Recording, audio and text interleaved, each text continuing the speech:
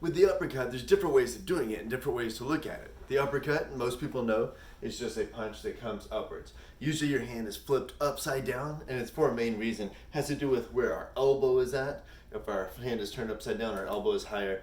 If our wrist is turned palm up this way, then our elbow drops down.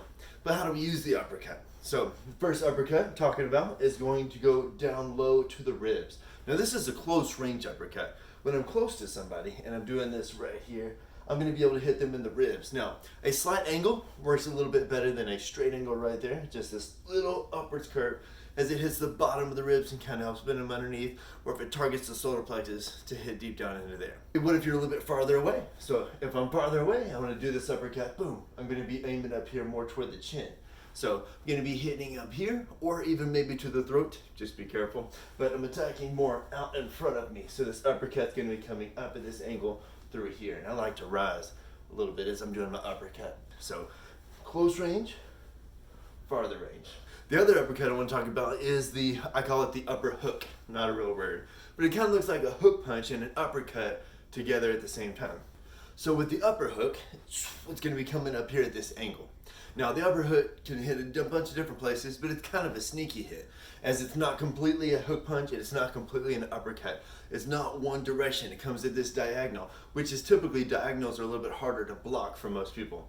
So it's harder for the opponent to stop you from hitting them. Not impossible, but harder. So I'm coming up at this angle right here.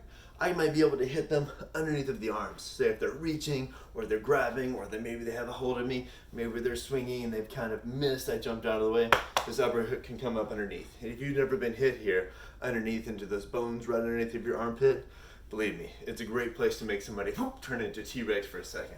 Now the other place, you might be going to the face.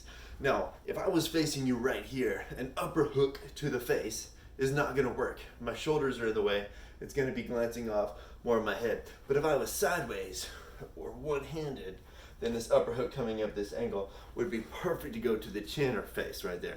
Now uppercuts are sneakier just because they start down lower. And with our field of vision out here, when I'm fighting somebody, it's a little bit harder to see stuff that's down low, especially the closer that we get.